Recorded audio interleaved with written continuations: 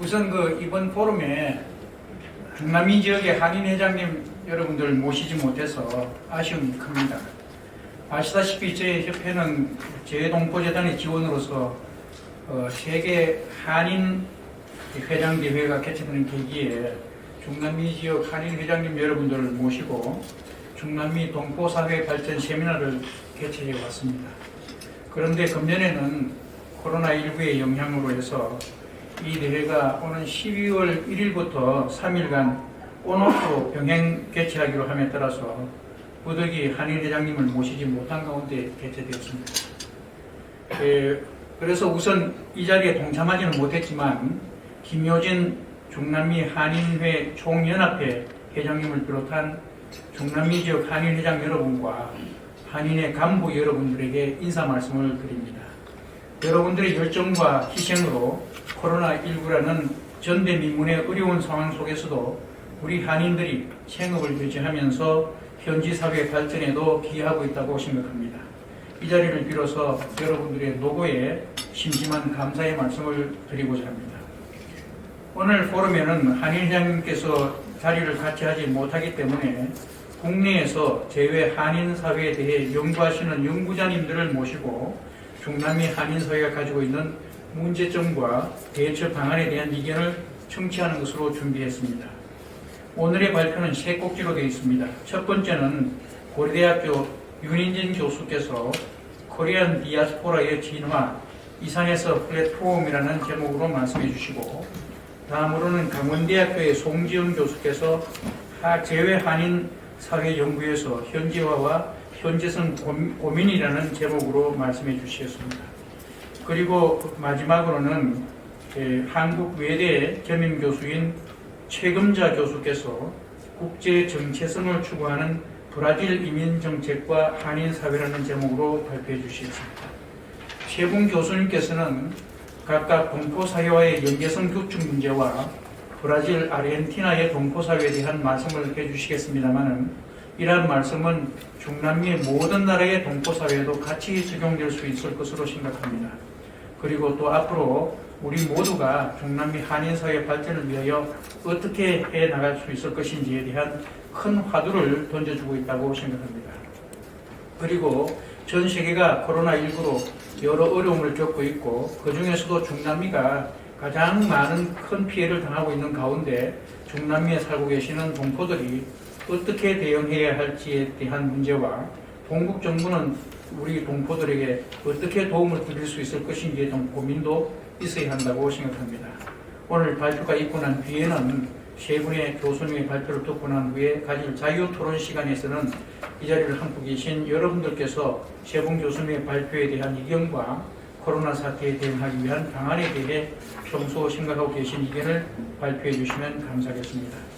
오늘 포럼이 한인 회장님들의 참여 없이 진행되지만은 좋은 성과가 도출될 것으로 생각합니다. 그리고 오늘 포럼은 모두 녹화해서 한인 회장님들과 공유하도록 조치하겠습니다.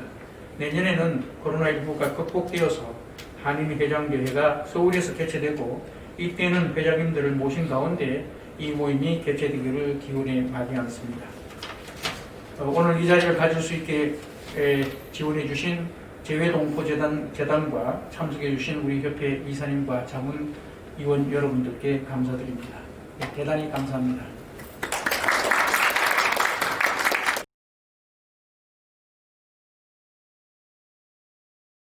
최 교수님께서 부탁한 바로는 좀 전반적인 재외동포 사회의 어떤 현황이나 이슈에 대해서 또 방향에 대해서 말씀을 해달라고 하셔서 제가 좀 그런 취지에서 좀 오늘 발표를 준비했습니다. 사실 이러한 재외동포의 어떠한 발전을 위해서는 세 가지의 어떤 주체들 간의 긴밀한 협력이 필요하다고 생각합니다. 우선은 당연히 주체인 재외동포들 자신들의 어떤 노력이 필요하고, 두 번째로는 외교부와 같은 또는 재외동포 재단과 같은 재외동포의 어떤 지원 기관들의 역할도 필요한데, 또한 저희와 같은 연구자의 역할도 저는 굉장히 중요하다고 생각해요. 그러니까 한편으로는 동포 사회의 어떤 주요 현안이나 이슈에 대한 보다 체계적인 조사 연구를 통해서 문제를 진단을 하고 방향을 어떤 정책적인 개발을 하는 것도 중요한데 저는 그거 못지않게 중요한 것은 하나의 그 이론과 관점을 갖는 것도 매우 중요하다고 생각합니다. 당장 우리에게 닥친 그 현안을 우리가 분석을 하고 해결 방안을 찾는 것도 중요하지만 좀 거시적인 관점에서 재외동포 사회의 어떤 역사와 현재와 미래를 조망할 수 있는 그런 이론적인 관점을 개발하고 제안하는 게 저희 연구자의 역할이라고 생각을 하거든요. 그래서 제가 나름대로 오랜 동안 재외동포를 연구하면서 좀 이렇게 발전시킨 좀 한 이론적 관점을 제가 오늘 공유하고 그것이 이제 중남미 동포 사회와 어떻게 연계될 수 있을지 토론할 수 있으면 좋겠습니다. 그래서 제가 이제 재외동포 연구를 하면서 제가 느끼는 바로는 우리 이러한 코리안 디아스포라 재외 한인의 이주의 역사가 거의 한 160년에 달하거든요. 그러니까 1860년부터 우리가 공식적인 이민으로 해외 이주로 우리가 기록에 남은 것을 살펴보면 지금 거의 한 160년에 달하는 이주의 역사를 갖고 있는데 그간 우리 동포의 이주와 정착의 과정에서 어떠한 변화와 또는 저는 그걸 진화라고 보는데 그런 과정이 있었다라고 하는 거죠. 우선 좀 우리가 이 발표를 좀 맥락에서 살펴보기 위해서 지금 세계 전 그 지역에 있는 우리 동포 사회들의 어떤 현황과 이슈를 보면 각기 다른 측면도 있으면서도 또 공통적인 또 현황과 이슈가 있습니다. 우선 가장 인구가 많은 재미동포 사회의 경우만 하더라도 이제 더 이상 이제 신규 이민이 멈춘 상황이다 보니까 한인 인구가 지금 계속해서 줄고 있어요. 미국 인구 센서스 조사를 살펴보면 이 인구 성장이 더 이상 일어나지 않고 오히려 한인 인구가 줄고 그 다음에 이제 고령화가 나타나고 또한 차세대가 이제 부상하지만 이들이 주류 사회로 동화하면서 한민족으로서의 정체성과 모국과의 연대가 약해지는 그러한 현상이 나타나고 있습니다. 일본에 있는 한인 사회를 보면 오래된 이슈와 새로운 이슈가 같이 혼재되어 있는, 그러니까 오래된 이슈로 한다면은 일본 사회에서 한인에 대한 그 편견과 차별이 여전히 남아 있는, 그리고 청년과 민남 간의 분열이 계속 유지되고 있고, 그러면서 또 새로운 이슈는 이제 뉴커머, 올드커머 간의 어떤 마치 물과 기름과 같은 관계, 거기에다가 또 일본 우익들의 어떤 헤이트 스피치와 같은 또 이런 문제가 있고, 중국 동포 사회도 역시 오래된 이슈와 새로운 이슈가 같이 혼재되어 있죠. 특히 이제 저는 어찌 보면 정치적 관점에 따라 다를 수 있겠지만 중국 사회가 이게 갈수록 어떤 한족 중심의 민족주의가 부상하고 있고 권위주의 체제로 이렇게 전환이 되면서 우리 중국 동포와 같은 소수민족들의 어떠한 민족 교육이나 정체성 이런 부분들이 상당히 이제 약화될 수 있는 위험성도 있다. 거기에다가 지금 우리 한국 내에만도 중국 동포의 수가 60만 명이 넘는 새로운 이민자로서 한국 사회에서 정착하면서 나타나는 또 그러한 문제들도 있죠. 중앙아시아의 경우는 또 이게 구소련이 붕괴하고 새로운 국가들이 이제 출현했는데 일종의 원주민 민족주의가 강화되면서 우리 고려인들이 상당히 이제 어려운 처지에 몰리게 되고 그러면서 이제 한국으로 또 이렇게 취업 위주로 오게 되는 현상이 나타나고 있습니다. 그 중남미 동포 사회의 경우는 잘 아시다시피 지금 중남미 국가가 정치 경제적으로 굉장히 불안하고 또 아르헨티나 같은 경우에서는 그 한인에 대한 어떤 좀 상당한 그 반감과 이 차별의 문제가 있고 이러면서 아르헨티나를 떠나서 미국이라든가 다른 국가로 재이주하거나 한국으로 이렇게 역이민하는 그런 현상들과 같은 각각의 또 다양한 문제들을 안고 있습니다. 근데 이제 저는 이게 개별 국가의 문제를 좀 더 넘어서 재외동포 사회 전반적인 문제를 살펴보자면, 저는 이게 그 지역 간에 또는 국가 간에 있어서 동포 사회 간의 어떠한 하나의 연대라든가 협력이라고 하는 것이 상당히 부재하다.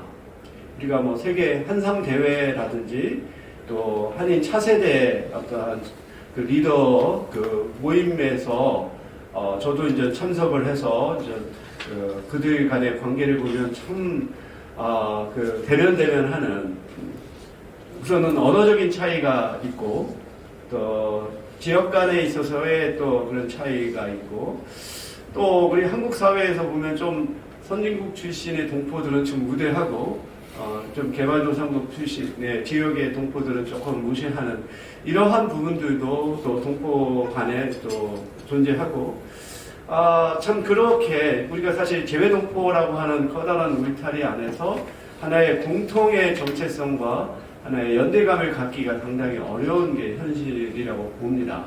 또한 또 재외동포들의 관계를 보면 일종의 모국만을 지향하는 그러한 일방적인 관계이지, 동포 간에 있어서의 어떠한 그 교류와 연대라고 하는 것이 상당히 미비하다라고 보죠. 또 한 가지, 오늘 제가 오늘 발표를 준비하면서 좀 생각해봤던 게, 우리 링컨 대통령이 그 게티스버그에서 민주주의를 할 때 국민을 위한 정치라고 했는데, 이걸 우리 재외동포의 한 정책이나 재외동포에 적용해보면 지금 우리의 문제점이 그대로 드러나는 것 같아요. 어떻게 보면 재외동포에 의한 우리가 지금 정책이나 사업이 있는가, 좀 상당히 어찌 보면 좀 모국 정부에 의존하고 또 모국 정부가 주도하는 사업이라는 생각을 갖습니다.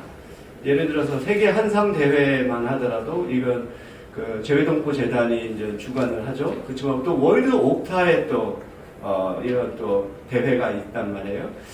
이 어찌 보면 동일한 그 사업이 서로 다른 주체에 의해서 계속 운영되는 것도 사실은 문제고, 저는 학자의 입장에서 바라볼 때 이거는 좀 이제는 우리 재외동포 기업인들이 주체가 돼서 운영해야 되는 게 바람직하지 않나 하는 생각을 가져요. 그러니까 초기에는 정부가 하나의 토대를 마련하는 역할을 하더라도 결국 재외동포의 정책이나 사업은 재외동포에 의한 이런 방향으로 가야 된다라고 저는 생각하는데, 지금 제가 말씀드린 것이 아마 전체적인 재외동포 사회의 하나의 큰 하나의 현안이라고 생각을 합니다. 그래서 우선 재외동포의 우리 이주와 정착의 역사를 보면 크게 세 가지의 흐름으로 볼 수 있어요. 이제 19세기 중반부터 나가기 시작한 그런 구이민이 있고, 그 다음에 1945년 해방, 그리고 1960년대 이후로 이민법이 제정되고 최초의 어떤 집단 이민이 우리 브라질, 아르헨티나 이런 국가로부터 시작이 됐던 신이민. 이것이 또한 1990년대 한국과 중국 또는 구소련과의 국교가 수립이 되면서 일종의 귀환 이민이 되는, 그래서 사실 지금 한국 사회에서 동포의 어떤 이슈라고 한다면 사실 가장 큰 게 중국 동포와 관련된 또는 고려인 동포와 관련된 그러한 것이죠. 이런 식으로 우리 한국의 해외 이주의 역사가 전환이 되어 왔다라고 보는데, 저는 그것을 이제 이런 식으로 이게 진화했다고 봐요. 하나의 이산의 형태로 나갔던 것이, 이것이 우리 한인들의 이주에 있어서 가장 중요한 특징을 저는 연속적 이주라고 봅니다. 그러니까 이주라고 하는 것이 모국에서 거주국으로 한 번 가서 거기서 정착하는 것이 아니라, 이것이 처음 국가로 갔다 거기서 또 다른 국가로 재이주했다가 다시 또 귀환할 수도 있는, 이게 사실 우리 동포 이주의 과정을 보면 정말로 이게 처음부터 지금까지 관통하는 하나의 특징입니다. 아마 이런 연속적 이주의 가장 대표적인 형태가 우리 중남미 동포들의 이주라고 볼 수 있거든요. 그러니까 이러한 과정을 거치면서 정말로 이 초국가적인 네트워크가 형성이 된 거예요. 그래서 처음부터 우리가 그러한 목적을 가지고 나온 건 아니지만 의도하지 않은 결과로 전 세계에 우리 한인들이 뭐 760만 명이 거주하는 그러한 네트워크가 형성이 됐다는 거죠. 그래서 학자들은 그것을 한민족 그 네트워크 공동체 또는 글로벌 한민족 공동체라고 하는 이름으로 이제 그걸 설명하려고 했는데, 저는 이제 그 네트워크 공동체에서 한 단계 더 나아가는 개념으로 플랫폼으로서의 우리 한민족 공동체를 제안을 합니다. 왜냐하면 이 네트워크라고 하는 것은 상태거든요. 서로 간에 연계되어 있는 상태고 하나의 포텐셜이지, 그것이 실질적인 하나의 가치를 산출하는 것은 아니라는 거죠. 그래서 우리가 전 세계의 한인들 간에 이 형성되어 있는 네트워크가 하나의 실질적인 가치를 창출하기 위해서는 이게 플랫폼으로 전환이 되어야 된다라고 저는 이제 제안을 합니다. 이제 거기에 제가 최근에 이제 생각하고 그래서 재외동포 정책도 우리가 어떻게 하면 플랫폼으로서 작동할 수 있을 건가를 제가 좀 구상을 하고 있고요. 시간이 많이 좀 부족해서 제가 이제 오늘 핵심적인 개념으로서 이 플랫폼으로서의 코리안 디아스포라를 말씀을 드릴까 해요. 그래서 저는 플랫폼으로서의 코리안 디아스포라는 전 세계의 재외동포들이 초국가적인 네트워크를 형성하고 상호작용해서 서로에게 새로운 기회와 혜택을 주고받는 상생의 한민족 공동체라고 이렇게 정의를 하고, 아시다시피 지금 플랫폼에 대해서는 잘 아시죠? 지금 사실 21세기에 이러한 또 IT, AI 또는 빅데이터 이러한 상황에서 플랫폼을 빼놓고서 생각할 수 없는 우선 당장 미디어에 있어서도 지금 더 이상 공영방송, 공중파 방송을 잘 안 보잖아요. 이런 유튜브라고 하는 걸 통해서 정말 전 세계의 수많은 사람들이 이 콘텐츠를 창출하고 그걸 소비하는, 지금은 더 이상 구글보다도 아예 유튜브에 들어가서 정보 검색을 하고 또 유튜브 자체가 좀 엄청난 기업으로 작동을 하고 있죠. 그래서 이 플랫폼에 있어서 저는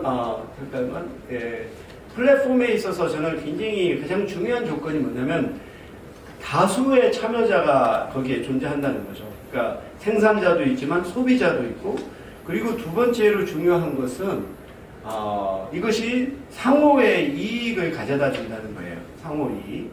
그러니까 지금 유튜브를 통해서 한 달에 억 단위의 수익을 버는 사람도 있죠. 그렇지 않은 사람도 있겠지만, 결국은 유튜브에서 자기가 콘텐츠를 개발해서 이걸 제공했을 때 자기한테 이익이 돌아가는 구조로 지금 유튜브가 만들어졌기 때문에 사람들이 거기에 참여할 동기가 있는 것이고, 또 거기에 참여하는 소비자들은 정말로 다양한 콘텐츠를 시간과 공간의 제약 없이 받을 수 있는 이러한 상호이익이, 실질적인 상호이익이 존재하는 하나의 상생의 생태계가 이쪽에 플랫폼이 되는 거죠. 이러한 관점에서 결국은 우리 이게 코리안 디아스포라가 플랫폼의 형태로 가기 위해서는 복수의 참여자가 존재해야 되고, 이게 상호 이익이 존재해야 되고, 공정한 거래가 거기서 이루어져야 되고, 개방성이 있어야 되고, 그런 것들을 조정할 수 있는 사람들이 필요하다. 하지만 지금 우리가 코리안 디아스포라가 네트워크는 갖추고 있지만 플랫폼으로 작동하지 못하는 제약 요건들이 있죠. 이런 요인들이죠. 그래서 여기서 저는 그 정부의 역할을 다시 한번 얘기하고 싶어요. 그러니까 정부는 이 조정자로서 또는 인프라를 만들어주는 역할을 해야 하지, 정부가 이런 것을 개발하고 운영한다라고 하는 것은 플랫폼의 생태계에서는 적합하지 않다는 거죠. 왜냐하면 복수의 참여자가 아니거든요. 그렇지만 만약에 여기에 플랫폼 코리안 디아스포라에 참여하는 사람들이 전 세계에 또 여러 세대가 여러 계층과 문화적 배경을 갖고 있는 사람들이 참여하면 그 다양성이라고 하는 것은 정부가 할 수가 없는 부분들이거든요. 이런 부분들을 그러니까 좀 우리가 정부가 초기에 어떤 한민족 공동체를 형성하고 개발하는 데는 주도적인 역할이 있을 수 있지만 이제는 그 일종의 인프라를 만들고 지원하고 결국은 재외동포들이 스스로 필요한 콘텐츠를 만들고 서로 공유하는 시스템으로 가야 된다라고 생각해요. 그래서 외교부도 그렇고 또 재외동포 재단도 그렇고 앞으로는 좀 그 개발자로서의 역할에서 좀 더 지원자, 조정자로서의 역할로 넘어가야 되지 않겠나. 그래서 정부는 전 플랫폼의 인프라를 조성을 하고 민간은 콘텐츠 개발과 운영을 담당하는 방향으로 이게 역할이 분담이 되어야 한다. 그리고 복수의 해계자들이 참여할 수 있도록 이 개방적인 환경을 조성을 해야 하고 그리고 사람들이 이런 플랫폼에 참여하는 방식 한상 대회가 일종의 플랫폼이 될 수도 있고요. 그거 말고도 사실 좀 보면은 해외여행이 요즘 중단됐지만 되게 해외여행을 할 때 거기에 한인들이 하는 민박을 또 많이 이용하거든요. 그러면 그 현지 지역에 있는 사람들이 또 그러한 그 네트워크 또는 정보를 통해서 사람들이 많이 그 필요한 그 혜택을 받게 되는데 이렇듯이 서로에게 이게 실질적인 이익이 보장되는 방식으로 우리가 이걸 구성할 필요가 있다. 그리고 서로 간에 다수의 사람들이 서로 이렇게 정보를 알 수 있는 이 콘텐츠 및 서비스 검색 기능을 우리가 강화할 필요성이 있다. 그래서 뭐 예를 들어서 우리가 그 플랫폼 코리안 디아스포라라고 하는 하나의 그 검색 사이트가 있다면 거기에 들어가서 검색하면 정말로 우리가 필요로 한 정보들을 한 자리에서 다 얻을 수 있고 또 그 안에서도 어떠한 거래가 또 이루어질 수 있는 예를 들어서 우리가 보면 가격 검색 사이트를 많이 쓰잖아요. 우리가 뭐 어떤 무슨 물건을 사겠다, 서비스를 얻겠다 할 때 가장 먼저 하는 것은 가격 검색 사이트에 들어가서 필요로 하는 제품을 검색을 하고 거기에서 가장 좋은 가격을 제공하는 그 업체로 들어가서 우리가 구매를 하죠. 그리고 그 가격 사이트나 또는 뭐 이것이 그 11번가가 됐던 G마켓이 됐던 거기에 대해서 일종의 그 보장을 하잖아요. 서비스에 대한 보장. 이렇기 때문에 사람들이 다 글이 모이는 거죠. 만약에 우리가 정말로 그러한 그 플랫폼 코리안 디아스포라 또는 플랫폼 한민족 공동체라고 하는 그러한 하나의 포탈을 개발을 하면 전 세계의 동포들이 어떤 언어도 번역 서비스를 통해서 할 수도 있고 서로 정보를 얻는 것뿐만 아니라 직접 서로 간에 이렇게 거래도 이루어질 수도 있는 이러한 방식으로 저는 앞으로 우리 그 동포 사회가 나가야 되지 않겠나 그런 생각을 합니다. 이것으로 발표를 마치겠습니다.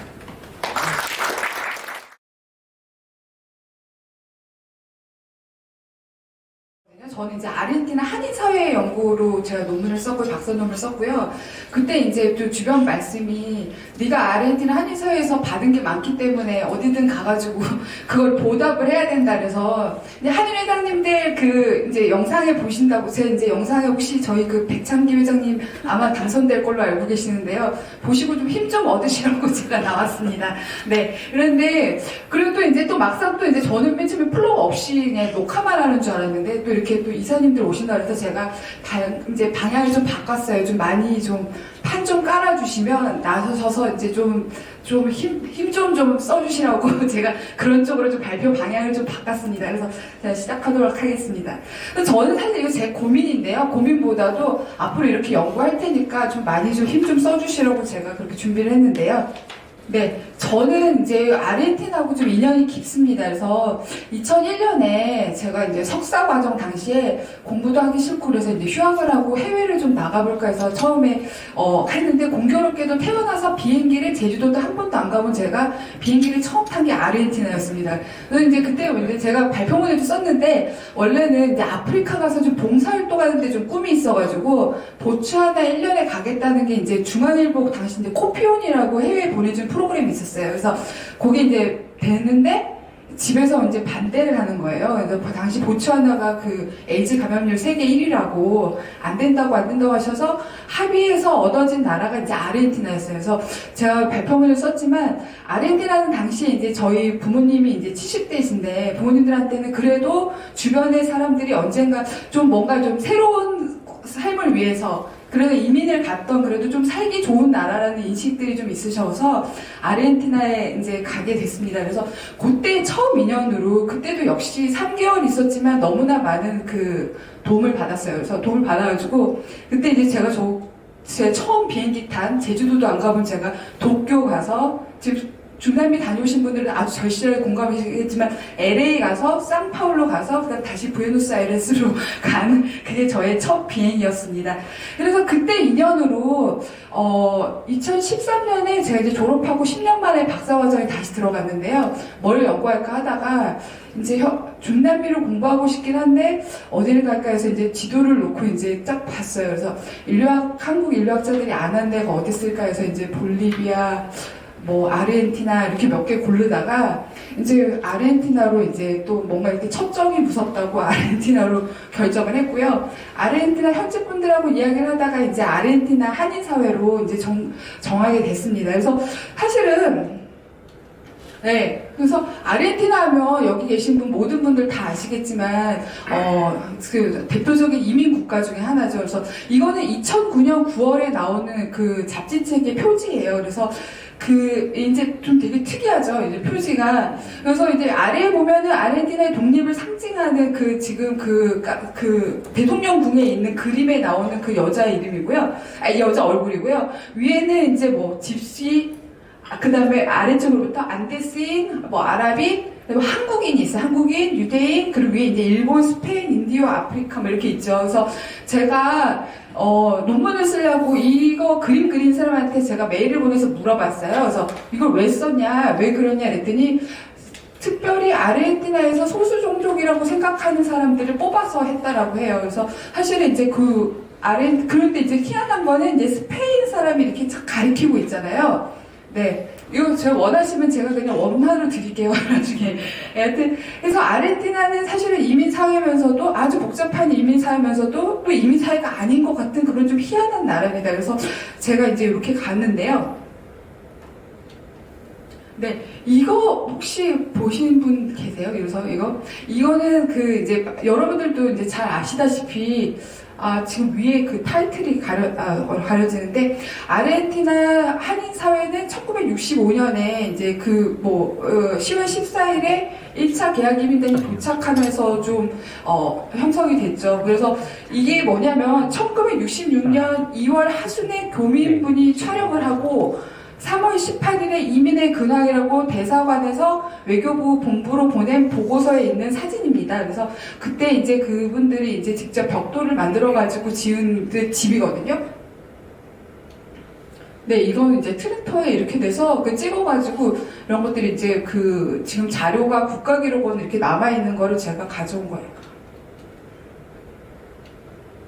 네. 빠졌네.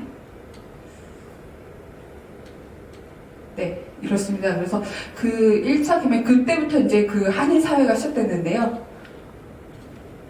제가 이제 2013년에 현지 조사를 갔을 때 저는 아마 다들 잘 아실 텐데 이제 아르헨티나에다 상가를 주주를 했어요. 그래서 제가 그때 한인사회를 준비를 하면서 제가 발표문에도 썼지만 한인사회를 연구하기로 하면서 현지 이제 저와 2001년부터 쭉 교류를 해왔던 교민분들, 재이주하신 분도 있고, 현지에 거기에 사시는 분들하고 이제 이야기를 해서 주제를 고르다가, 한인사회 연구를 좀 해라 이랬는데, 저는 그때 좀 의문이었어요. 한인사회 연구가 사실 많이 돼 있다고 생각을 하고, 그리고 아르헨티나는 이민사 연구가 좀 되게 잘 돼 있는 나라라고 생각을 했거든요.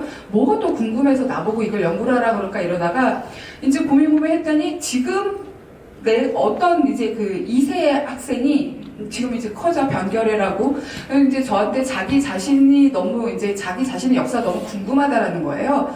그래서 아니 있는데 왜 궁금하지? 그럼 이제 또 다른 분들한테 물어봤어요. 또 이제 그 1세대들한테 물어봤더니 또 어떤 분들은 아르헨티나 한인끼리 모여 살기 때문에 뭐 그러면 뭐 할 게 있을까 뭐 이런 얘기도 했다가 또 했다가 그래서 이제 여러분들하고 얘기를 하다가 이 상가를 이제 그 정하게 된 거야. 아, 이 얘기면은 아르헨티나 한인 사회를 좀 더 다르게 얘기를 할 수 있겠구나. 그래서 이게 그 지금 이렇게 지도로 보시면 짐작이 안 가겠지만 그 2009년 당시 조사에 부에노스아이레스의 조사에 따르면 그 가게가 2,886개가 있었고요.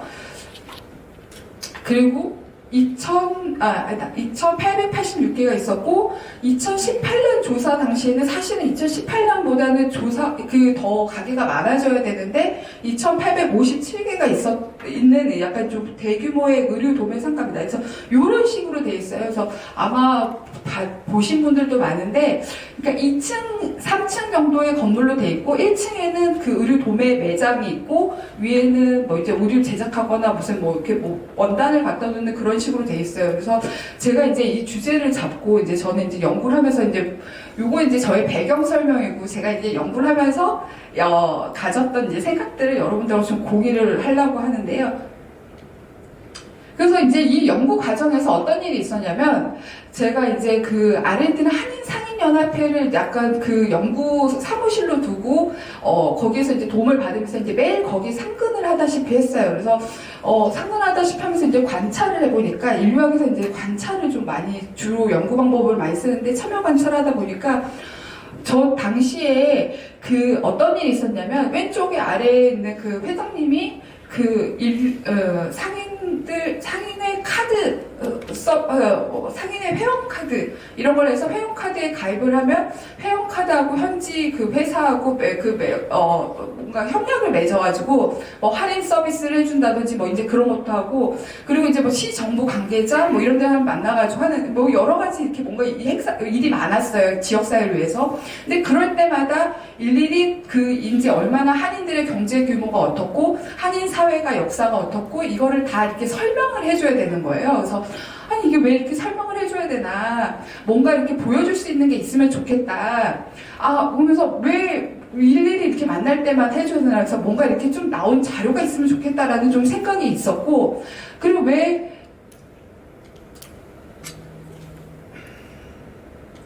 그리고 또 이제 또 제가 또 현지 조사를 또 해서 뭐 책을 뭐 이제 또 서점에 가서 책을 찾고 도서관에 가서 뭐 자료를 빌리하면서 보면 왜 아르헨티나 한인 사회는 아르헨티나 경제 안에 있으면서도 경제 밖에 있는가? 그리고 왜 아르헨티나 이민 역사는 뭐 유럽이나 뭐 동유럽, 뭐 중동, 뭐 아랍 이런 역사들은 막 역사의 기술이 돼 있는데 역사 밖에 있는가? 그리고 또 하나는 왜 세대별로 그 느껴지는 차이가 다른가? 물론 이제 2세대들도 너무나 관심이 많고 있지만 왜 이런 것들이 섞이지 못하는가? 이런 고민들이 좀 들기 시작을 했습니다. 그래서 사실은 그 아르헨티나 한인 2세 청년이 저한테 한인 사회를 좀 연구를 해주세요. 이렇게 말을 한 게 이제 조금 거기에서 이제 제가 한 14개월 정도 현지 조사를 했는데요. 그러면서 좀 이해가 좀 가기 시작했습니다. 그래서 이제 제가 제안을 처음에 했어요. 그래서 아르헨티나 상가 실태 조사를 하라. 그래서 이제 뭐 그러면 제가 해주겠다. 물론 제가 한쪽으로는 제 논문에 좀 쓰겠다는 욕심이 있어서 하겠다고 했죠. 그런데 이제 제가 있을 때 당시에는 그게 되지 않았고요. 제가 한국에 온 다음에 이게 이루어졌어요.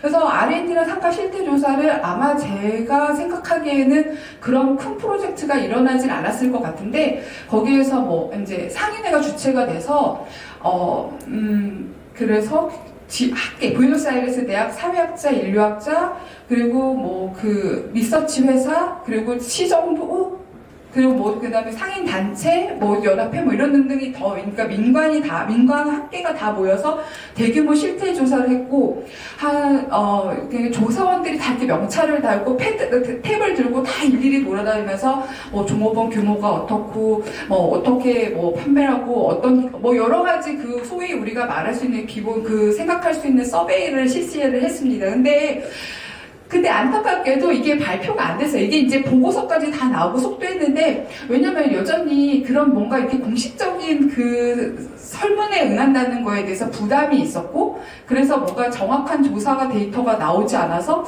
이건 제가 발표가 안 된 걸로 알고 있습니다. 그래서 이제 그런 작업들을 조금 더 하고 있는데요. 그런데 또 하나 이제 제가 그래서 이제 경제 안으로 들어가야 되는 부분이 있고, 그리고 또 한인 연구가 또 이제 아르헨티나 한인 연구도 사실은 없는 건 아니거든요. 그래서 이제 이런 두 가지 단행본이 있는데, 이분들이 사실은 한인 연구만 하는 것이 아니라 왼쪽에 계신 분은 한인 연구의 그 대모경이라고 할 수 있는 네, 그 분인데, 뭐, 중국도 하시고, 뭐, 딴 것도 하시고, 여하튼 그러고, 그리고 오른쪽에 계신 분도 최근에는 뭐, 두 분이 뭐, 사이가 나빠졌는지 어쩐지 모르지만, 여하튼 또 좀 또 한인 연구를 또 안 하고 계시고, 여하튼, 그래서 한인 연구, 오른쪽은 사실 또 한인 사회에서 이분 나갈 때, 이분 책 만들 때 또 돈도 기증하고 막 이런 일이 있었어요. 근데 이것들이 잘 이루어지지 않고 있고요. 그리고 또 하나, 제가 또 한 거는, 그런데 흥미로운 거는, 이게 아르헨티나는 그 한인 이민 백서가 그 한인 이민 사책이 아마 전 세계의 한인 사회 중에 가장 많이 나온 곳이 아닌가라고 좀 생각을 하는데, 미국의 뭐 주별로 뭐 여러 개 나온 거 다 제외하더라도 이렇게 이제 25년사, 40년사에서 최근에 50년사까지 나왔거든요. 근데 흥미로운 거는 이 책은 한인 그 연구자들이 쓰는데, 연구자들의 작업들은 이 책에 반영이 되지 않는다는 거예요. 그리고 이 책 이후에, 그러니까 제가 최근에 그 뭔가 이 책뿐만이 아니라 다른 지역도 마찬가지인데, 과거 역사는 꽤 초기 역사는 잘 기록이 됨에도 불구하고 이후 역사는 사실 현대의 역사와 현대 상황에 대한 뭔가 이렇게 현황 같은 거는 보여주지만 잘 그런 것들이 이제 뭐 반영이 되지 않고 있다라는 거를 좀 알 수 있었고요. 그래서 이거 좀 지금 너무 두서없이 15분이라서 너무 정신없이 얘기하는데요. 그래서 제가 이 발표문에는 썼는데, 그 이민 백서, 이민서 이런 거를 정리하면서 최근에 멕시코 대사관에서 저희 우리 정기라 교수님도 계시지만 멕시코 대사관에서 발주해가지고 쿠바 한인 이민 백서 사전조사 작업을 좀 프로젝트를 하고 있는데요. 그러면서 이제 이민 100년사, 뭐 50년사, 뭐 20년사를 이렇게 딱 보고 나다 보니까 이것이 그럼 좀 과연 누구를 위한 그런 이민 백서인가를 좀 생각이 들더라고요. 이게 2019년에 가장 최근에 나온 그 프랑스하고 대만에 나오는 이민 100년사 이런 거 있어요. 제가 그 중앙도서관에 나와서 가서 제외한인 사회에서 발간된 책들을 거의 다 봤거든요. 그래서 다 보다 보면 이거를 2세, 3세들은 읽을 수 있을까? 그리고 나중에 누구의 역사일까? 이런 과연 독자는 누굴까? 이런 의문들이 들더라고요. 그래서 요거는 제가 이 내용의 어떤, 제가 브라질 상황을 잘 몰라서 내용의 평가를 할 수는 없지만, 이거는 어렸을 때 이민 가신 분이 김윤아 씨가 만든 책인데요. 이건 제가 보고 약간 좀 신선함을 느꼈습니다. 그래서 맨 아래가 목차고요. 위에 이제 포르투갈어하고 한국어하고 이렇게 같이 구성해서 이민 역사를 기술한 그런 책인데, 이런 것도 조금 향후에 좀 생각해볼 그런 모델이 아닐까라는 좀 생각을 좀 해봤고요. 그래서 이제 제가 제안 드릴 거는, 이런 제가 고민했던 과정들인데, 그래서 저는 사실은 중남미 동포사회의 발전을 위해서는 그 사람들의 중남미 동포들을 한국과 그리고 현지에서 자리를 좀 확실히 좀 잡아주는 것이 좀 중요하다라고 생각을 하는데, 제가 주로 뭐 역사나 사회문화 쪽으로 좀 작업을 하다 보니까 그런 것들이 좀 그런 거 바탕으로 좀 어떤 연결점을 좀 찾아줘야 되지 않을까라는 좀 생각을 했어요. 그래서 그러니까 지금 그곳에 과연 뭐가 일어나고 있는가, 그리고 현지와 한국을 연결하는 고리들을 좀 찾고, 그리고 한국의 그분들이 언제나 그 한국의 정체성, 그리고 한국과의 관계성, 이런 것들을 좀 알 수 있도록 좀 연결고리를 좀 찾아주는 작업들을 좀 생각을 해봤습니다. 그래서 예를 들어 제가 이게 아르헨티나 한인 사회 최근 사진인데요. 그래서 지금 거기에서는 이제 마스크를 이번에 코로나19 때문에 10만 장 정도를 현지에 그냥 여러 차수가 있고, 기증 주체도 다르지만 현지에 기증을 했습니다. 그래서 이제 그런 것들에 대한 좀 어떤 연구자로서 제가 이제 스스로 저에게 끊임없이 좀 관심을 갖고, 그거를 좀 이슈화시킬 수 있는 것들을 좀 도와줘야 된다, 이슈화시킬 수 있는 일들을 좀 해야 된다라고 좀 생각을 하고 있고요.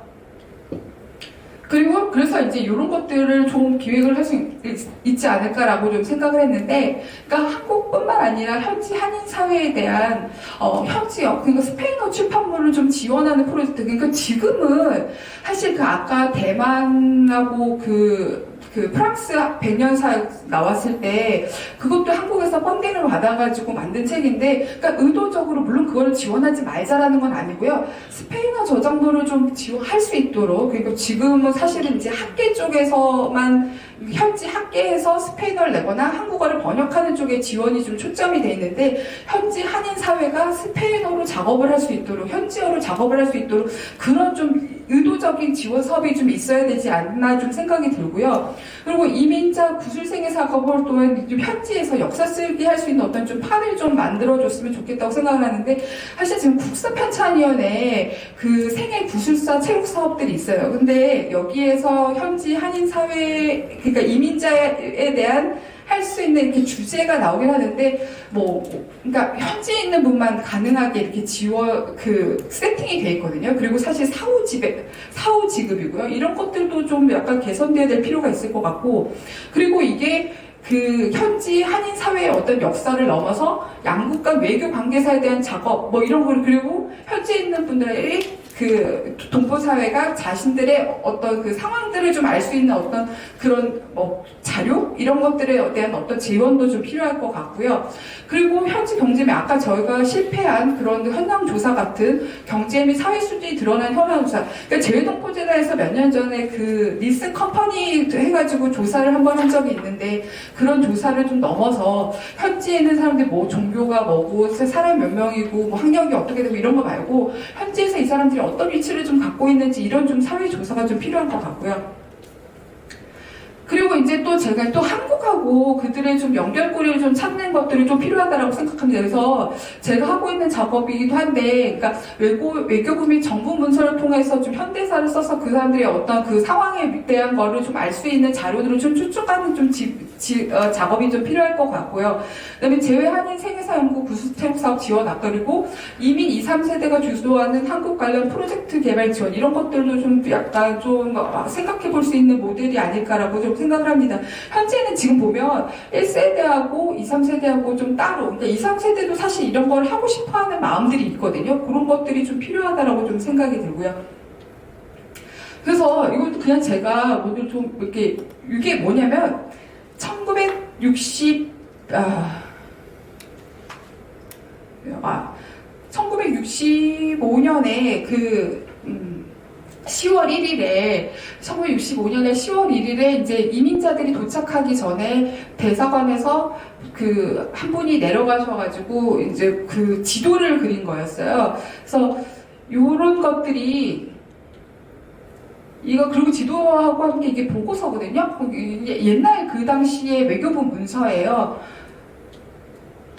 그리고 이거는 이후에 이제 그 어떤 분이 외교부와 상담을 하면서 이제 이제 이영호 씨라고 이제 이분이 이제 자기의 어떤 증빙 서류 이런 걸 제출한 건데, 이런 것들이 작업들이 국가기록원에 좀 많이 남아 있어요. 그래서 예전에 여기 그 대사님들 역임하셨던 분들도 많이 계시고 그랬는데, 이런 것들이 뭔가 좀 역사로 좀 끄집어내는 작업들을 제가 좀 하려고 하고 있고 시도를 하고 있는데, 그래서 사실은 그분들이 그 어떤 이민을 나가서 끊어져 나가서 거기에서의 어떤 역사가 아니라 여기에와의 어떤 연결고리 작업들을 좀 해야지 좀 그것들이 뭔가 좀 존재 이유를 좀 더 이렇게 가치를 좀 더 만들어주는 작업들이 아닐까라는 좀 생각이 들어가지고 좀 이런 것들을 하고 있는데, 이런 거에 좀 저뿐만 아니라 좀 다른 나라 그리고 또 다른 시대 이런 것도 좀 많은 분들이 좀 관심을 좀 가졌으면 좋겠다는 생각이 들고, 그 또 한 가지는 이것도 이제 동참을 권하는 게 아니라 제가 하는 것 중에 하나가, 제가 여기에도 뭔가 그 동포사회에 어떤 빚을 갚는다는 마음으로 왔는데, 어떤 연구 작업들을 현지하고 좀 공유하는 일들을 좀 많이 했으면 좋겠어요. 그래야지 이 현지 사회에서도 계속 축적된다고 생각하거든요. 사실 연구자가 연구를 하고 한국에 와서 발표를 하지 현지에 가서 발표하지는 않거든요. 그래서 저는 약간 좀 그런 마음으로 제가 이제 냈던 그 논문 하나를 현지 상인의 회고지에다 실었어요.